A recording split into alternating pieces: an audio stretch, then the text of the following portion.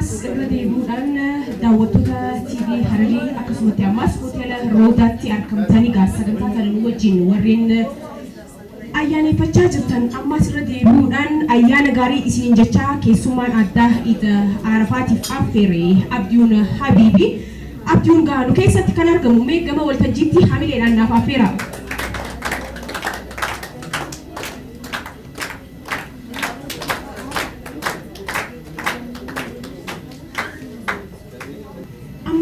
Deebi'uudhaan hordoftoota sagantaa keenyaa mana keessan teessanii TV Hararii hordofaa jirtanii fi akkasumas ammas hoteela Roodaatti argamtanii ayyaana kana waliin ayyaaneffachaa jirtan irra deebi'uudhaan isin jechuun barbaanna. Sagantaan keenya egaa ni jalqabamte malee hin xumuramne akkuma itti fufteetti jirti.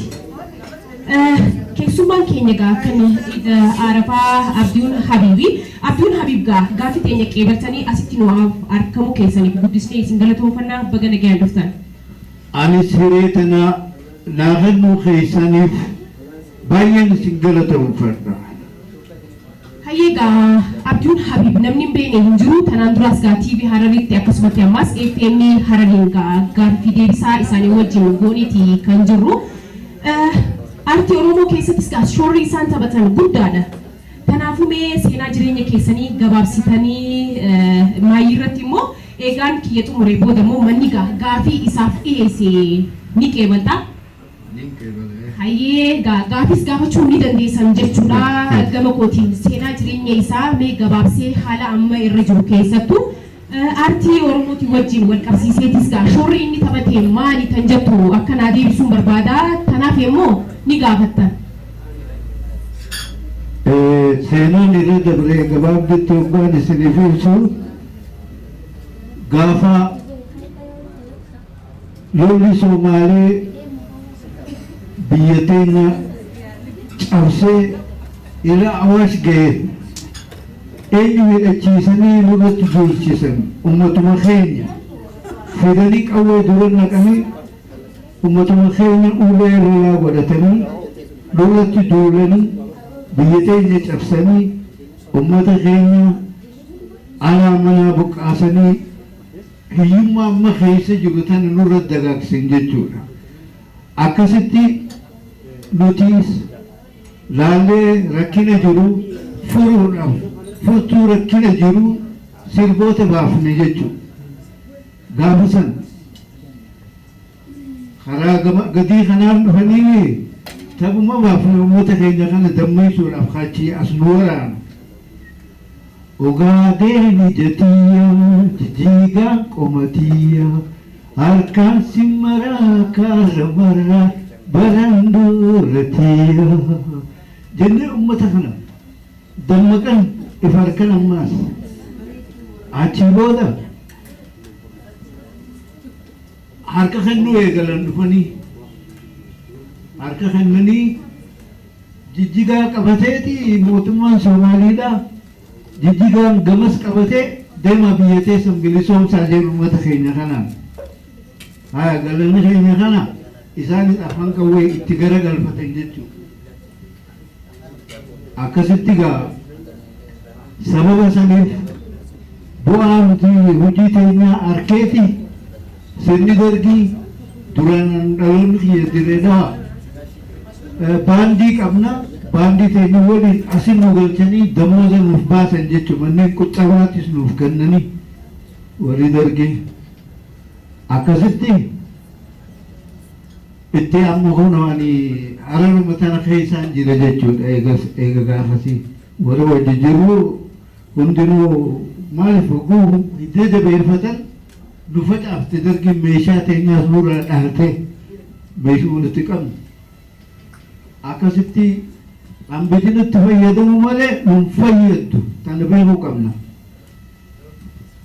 Hayyee aartiin Oromoo dur akkasitti hundeessitanii akkasiin dhaartan mee ammaan tana haala akkamirra jirti aartiin sun mee akkamitti ibsitan? Aartiin sun amma faffacaatee jirti guddachuu hin dandeenye jechuudha. Maaliif qabaa dhabde? Qabaa dhabde jechuun koo nama ispoonsera isaaniif godhullee hin qaban. Anu mataan kiyya hojii biraatiin dalagu jira ammaan tan osoo hojii teenya san irratti qabaa harkannee nu jabeessanii waan baay'ee hojjechuu dandeenya jechuudha. Awwaan laalleen dalagu jira amma dalagaan tiyya biiroo keessaa miti. Dalagaan tiyya uumama tarbinaa kenne wallisuu barreessuu tana tanii nan qabu. Ammallee gaa hammaan jiru qaawwa karaan harkadhetti aadaa afaan keenya guddisuudhaaf if boodan jiru ittumaan jira ammas. Hayyemee gaafii kiyya gaa xumureeti kaniin jiru ergaa bakka geessanis gaa miilanumaan namoota jechuun ni barbaattu ni jettaa baandiinis gaa ni jira abdiin eenyu tan jettuuf gaa walleelee garaagaraatiin akka nu bohaarsu abdiidhaan qaba. Kanaafuu mee mana keessaa gaafiin abdiin habiibiif kaatu laata waa'ee isaarratti waan qabdan carraa isiniif ilaala. Durarratti artistii hangafa keenya abdiin habiib waltajjii kanarratti akka gaafachuu kiyyaaf gammachuun adda gameessuun barbaada. Wanti hamilee natu itti takka yoo jiraatu artistoonni keenya hangafni akkanaa kun warri aartii Oromootiif bu'uura dhaabillee arrasila daaddaa ispoonsara ta'uu qabanitti ispoonsara barbaaduun isaa hedduu nama tuqa. Kunis kan nuti maalirra jirra artistoota keenyaaf gumaachi bahuu jiru maal fakkaata kan jiru akka nu gaafachiisuun yaada. Keessattuu abbootiin qabeenyaa roga aartii guddistuutiin artistoonni dandeettii isaanii agarsiisuu qofa. Dandeettii kan akka agarsiisaniif carraa uumuun hawaasaa fi keessattuu abbootii qabeenya irraa eegama ergaa jettu miidhanaan hin dabarsuu barbaada. Artistoonniif gaafii waliin qabu keessaa inni jalqabaa yoo dogoggoruu baadhe albamoota lama moo sadii kan gabaarra oole ni qaba. Albamoonni abdiin sadeenuu ni hatamee waan jiru takkaa jira. Sirnaan ni gurguranne magaalaa irratti waan jiru jira. Wanti kun hangam takka dhugaadha gaafii jedhu naaf deebista. Gaafii xiyyeetan lammaffaa artistoonni garaagaraa yeroo ammaa tanaa sirboota ta'e wallisaa jiran.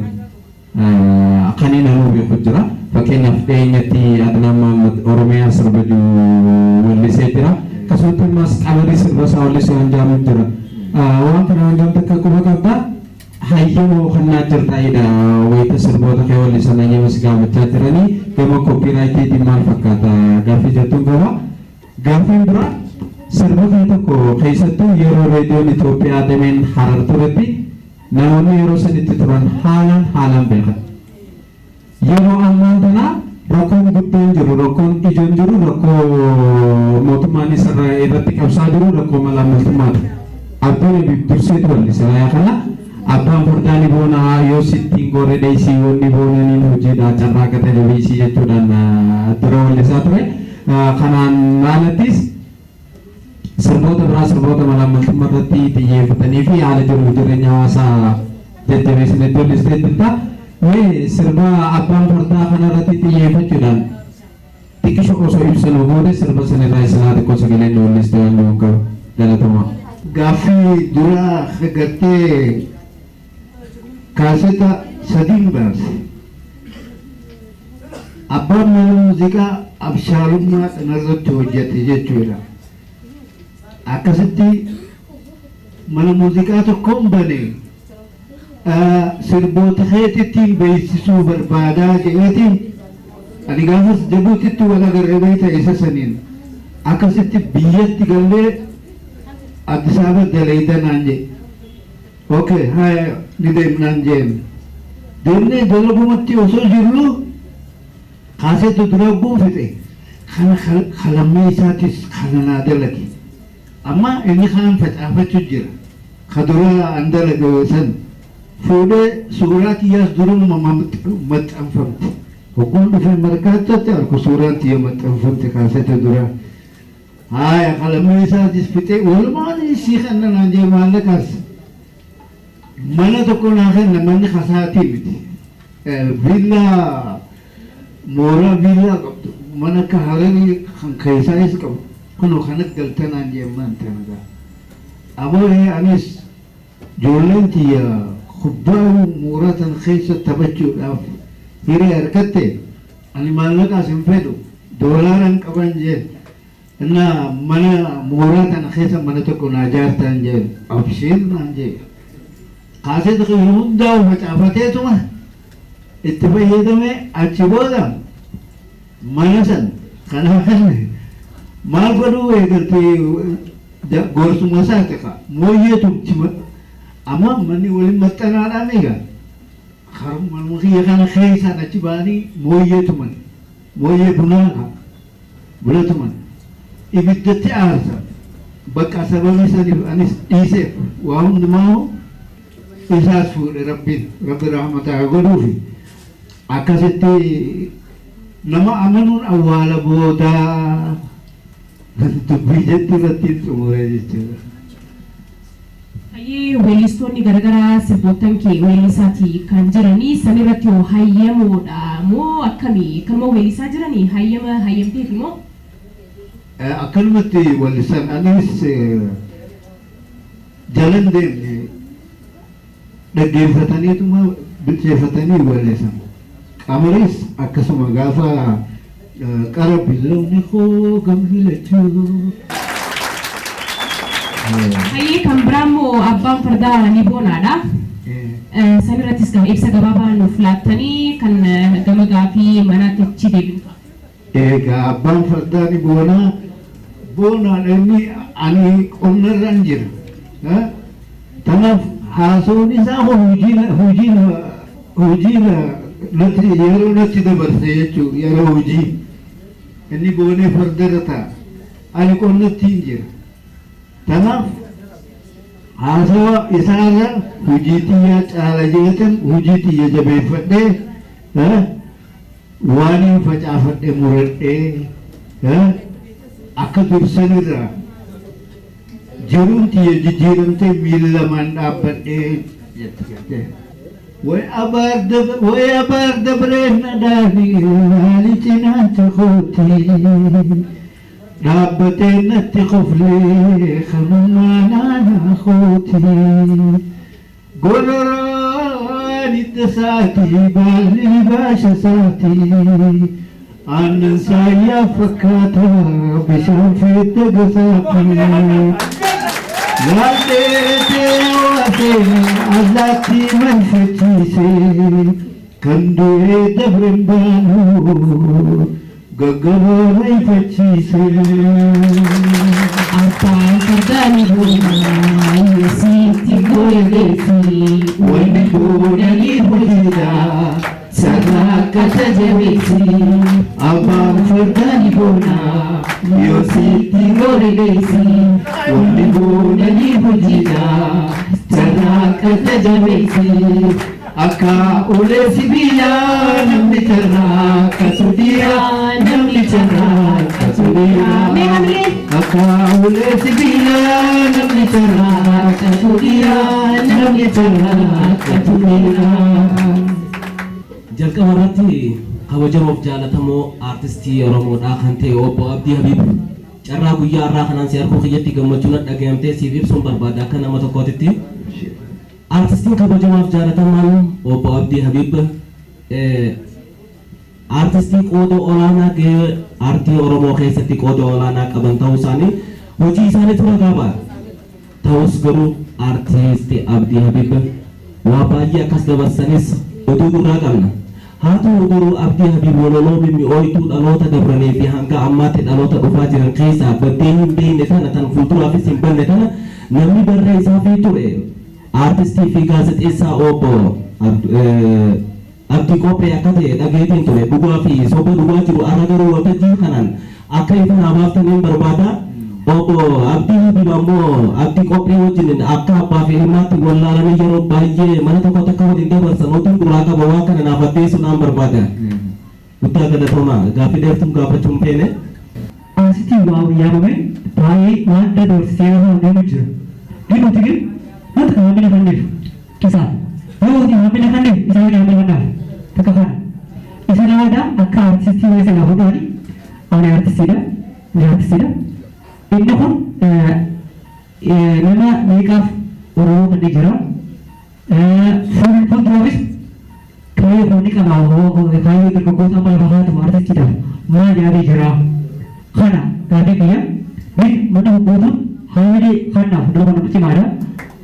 keenya artisti Mudate. Amma aanallee waamutan dhagahamu jira maaliif hambina kanneen nama kun nama yeroo dheeraa seenaa mataa dabarsee dhufe mootummaa meeqa dafee dhufe kanaafuu hambina kana qabaniif abbaa keenya dhugaa fa'i akka artistii Aliirratti isa dhagaa qabna. Kanaafuu kana bartama. Ammas irra deebuudhaan warreen mana keessan teessanii akkasumattis hoteela Rooddaa keessa teessanii sagantaa tana nu wajjin ayyaaneffachaa jirtan maraaf ayyaana gaarii isiniin jecha gaafilee baay'ee dhagaa kan isiniif ka'anii hamma danda'ametti wal qabsiistanii kan deebistan ta'a. Na Abdii Muhammad Rabbi rahmataa godhuu fi wallisoota isaatu jaaree barsiisee kan hin beeknellee barsiisee barreessee walaloo kennee fi anaafillee sirba lama naa kenne jechuudha. Anis sirba lameen inni naa kenne obsee sirra garaa muree haala keetiin na hummeessee garaa koo madeessee kabajuu fi ammas firri koo sumataniin qabu dagalee jiruutiya ogeeytii rakkootiya ani noobsu si dhabu.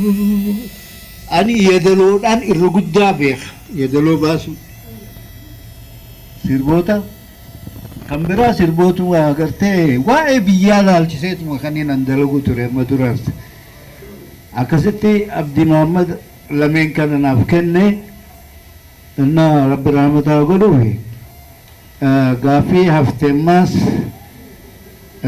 sirnoottan dabran keessa wantoota isin mudachaa turee fi kana kan Alii Shabboofaa wajjin wal qabateetis gabaabsitanii deebistanii.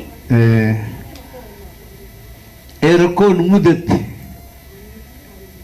osoo wallisnuu rakkoon mudattees rakkoo saansuura jechuudha. Saansuura wallee ittiin jala deemanii qoratanii akkasitti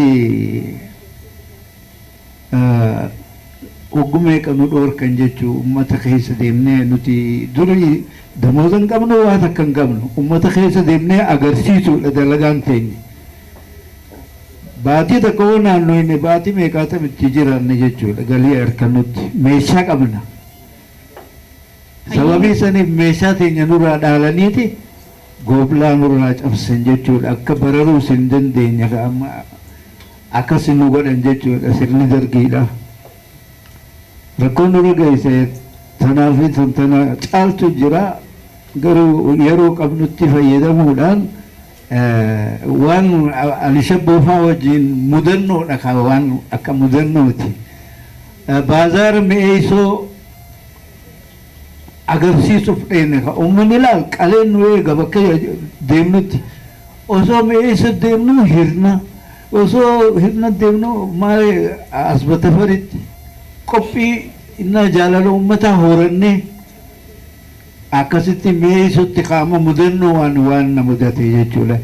Amma taphachuutti jirra taphumaan ogaa deemi jettii jee taphadhuma kana osoo hin taphachu jiruuti amma sagantaa xiyyaa irra uggulama wanni caalbaasii godhan amma sirba kiyya kan caalbaasii godhanii irra deebi'anii galii maallaqa guddaa itti argatan jechuudha. Kuma dhibba oborraan fudhatte maarreen fudhatte harargeen fudhatte osuma jaanii akkasitti hanga isaan sanjaan carata caalbaasii godhanii ani gaammaa ficcaan na qabeessa garaan seenuu deema.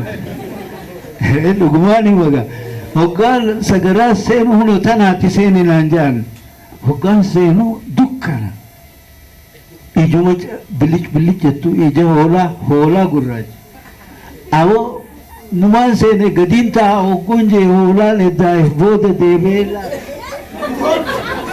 na bararsiise laanna dhawe mudannoon hin irraanfatamne sana laa hamileen jirtu.